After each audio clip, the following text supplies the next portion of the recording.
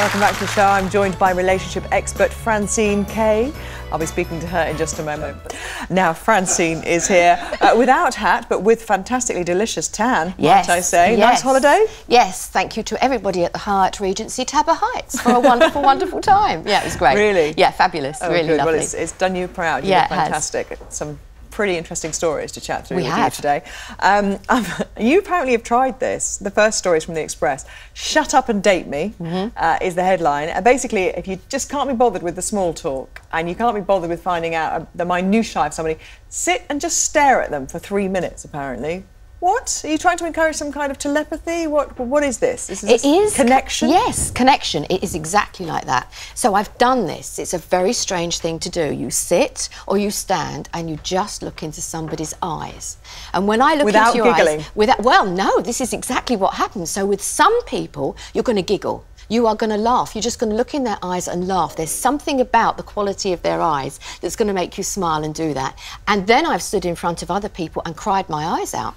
Because the emotional connection, really? Very, very weird, very strange indeed. But they say, of course, that your eyes are the window of the soul. So when I look into your eyes, I'm going to get far more of a connection with you than I am if I'm just taking in the whole, everything else about you. So does this happen after you've initially had a chat, or do you have no chat, do the staring and then have a little chat afterwards? With this style of speed dating, this style of dating that they're doing is exactly that. You are not, there's no chat, it's completely silent, and you're going to be actually in front of the person. How many of us around here would have actually continued with any kind of relationship, I wonder, with the people we're with now, if we just stared at them for a few minutes? Yeah. Have you not ever been around people, when you look at their eyes, it's almost like they're not in their eyes, they're somewhere behind them? Oh yeah. And then there's no connection. Then there's absolutely no connection. So this is a wonderful way of actually... In fact, I suggest that everybody at home with partners actually takes a minute. This won't make good telly. But it's not good. It's like watching paint dry. Stare at each other. Yeah. Are you looking at me? Are you looking at me? Yeah. Are you looking at me?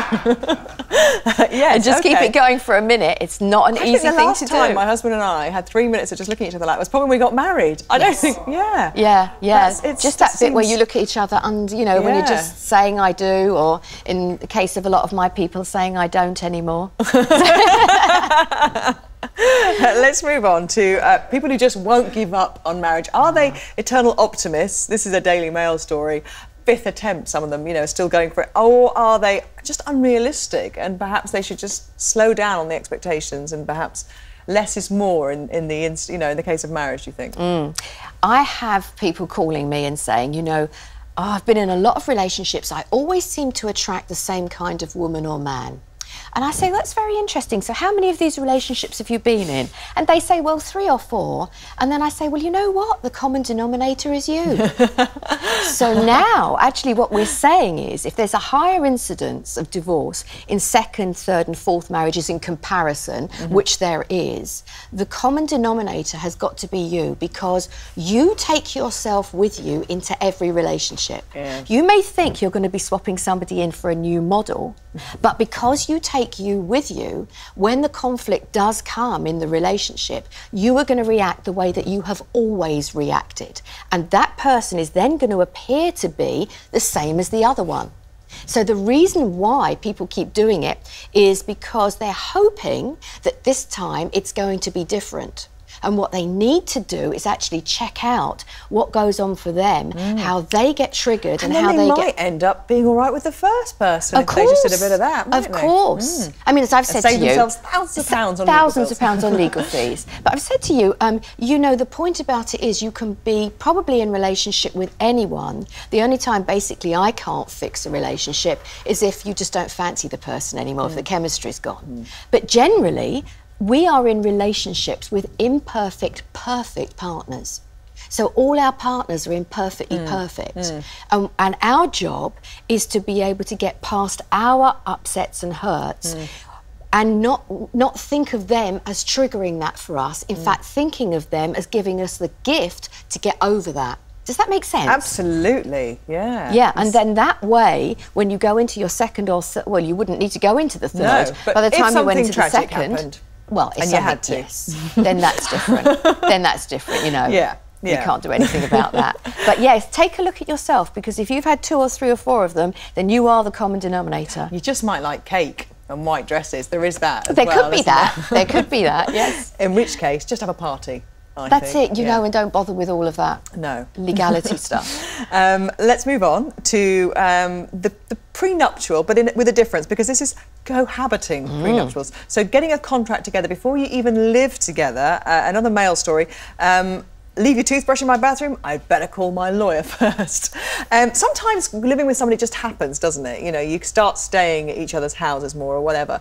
But to make that definite decision, we're going to move in, would you think it's a good idea to sit down and say, this is what I'm expecting of you in this relationship now? I think the older you get, the more important it is to do that, because it's likely that you'll have your own property or you'll have built up your own finances, career, business, whatever. If you're going to cohabit with somebody, I think there should be guidelines and rules, because otherwise one person might feel they're in a stronger position financially than the other. There might be some control going on. This is my flat, not yours, or whatever it happens to be. Or on the other hand, you can do what I did for 14 years, which was be a LAT, which is a living apart together, which is a fantastic system of working your relationship. Isn't this what Helen Bonham Carter and Tim Burton do, don't they? Allegedly, they have houses next door, allegedly. Yes, they do that. And there's been whole programmes about it. This way, I might have my toothbrush at your place, but I've also got it at my place. So I can keep the romance going without having to see your dirty socks on the floor, which I think is far preferable. I think that is ideal. I said to my husband, if we built a house, I would have 2 bathrooms, and he would have a separate toilet, and everything could just, you know, he could just do his stuff over there, and he can have his own bathroom. He can drop his towels whenever he likes. I never need to see it. Absolutely, absolutely. Which is kind of like, you know, living apart, really, I suppose. And it's still together. Yes, still together. Yes, I'd let him sleep in my room. Let's move on to the next story. It's quite sad, this. A lady who got divorced after 20 years and for unreasonable behaviour. And she says the courts have allowed marriages like hers to break up on trivial grounds. And she said, I wasn't unreasonable, it was just squabbles. Things like, she said, for 20 years she didn't want processed meat in the house. She didn't want him to do the washing. And these things built up and up and up and up. And eventually her husband actually got depression. And she says that they were just little things that built up. But isn't that what all breakdowns, or generally breakdowns, end up becoming? Absolutely, because it's never about the processed meat. No. It's not about the processed meat. It's what he is hearing when she is saying that. So if she's making tiny little demands, but over and over and over, and they're building and stacking, and he doesn't have the articulation, or he doesn't like conflict and confrontation, so he bottles it all up. Now he's got a stack of evidence of processed meat. Exactly. You know, he's got spam up to his eyeballs. You know, so you know, and he's stacked that as evidence, and then it just explodes because he's now seeing her as being controlling. But each incrementally as it went on, he didn't have the courage, the wherewithal. He didn't want to get into the upset, the confrontation of actually saying to her, you know, this isn't working for me. You know, it feels like demands. And and it also, you know, the reason why I said it was sad, because it just kind of felt when I was reading it a bit like perhaps she didn't want the relationship to break down and be called, you know, unreasonable as well. Yeah, she didn't want to be. She didn't want to be called unreasonable,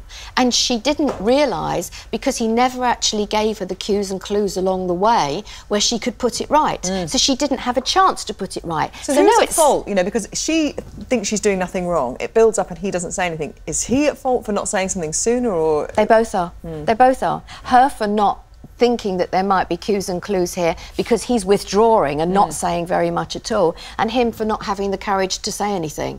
So now in their next relationships, if they go into next relationships, she's going to have to be much more observant to see what works and what doesn't. And if he doesn't open his mouth and say something, it's going to be Groundhog Day. The same thing's going to happen. Does she have a point in the way, and this is quite a legal question, I suppose, but the way the law defines divorce, unreasonable behaviour and, you know, apportioning the blame, is there an area there, do you think, that could be looked at? We don't have no-fault divorce yet. I mean, that's the big problem. So we've got about 5 different categories, and we've got to choose one of them being unreasonable behaviour, adultery, and there's a few others as well. Is that to make it difficult to divorce, though? In a way, is that a good thing?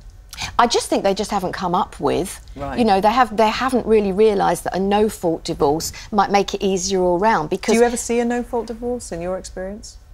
No. So that's why there isn't a category. I mean, the thing is, it's always 6 of one and half a dozen of the other. I've never, ever come across a relationship yet where one and the other is not partly responsible. It doesn't make sense, does it, that two people could be breaking up and it's one of their faults completely. What about a situation where either partner has been unfaithful and the other person has done nothing wrong? I mean, you know, you could say, well, something's happened that they felt the need to have an affair, but if they're just a philandering type, you know. Well, why would then, so the other question to ask is if this guy's a philandering type, what's in it for the woman that she's staying with a philandering type? Is it something that she's used to? Is it something from back there then that she's been familiar with? And this is what she thinks love is all about? So you have to go a bit deeper. I mean, we can't now. We don't know them, this couple, do we? No. Absolutely. So you do have to go a bit deeper because it's always part responsibility on both sides, even in the case of abuse. Why would a person allow themselves to stay after the first slap? If they then say, right, we're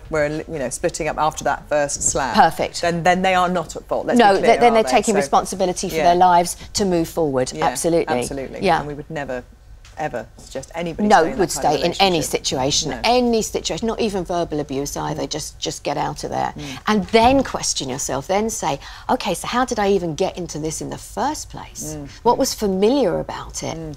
You know? So I mean, this is what I'm working with. Francine, the whole time. that trip to Egypt has I tell you, it's recharged your batteries. It sure has. You are on top form. Thank you very much. Could talk to you all day. Thank you for having me. Thank you very much.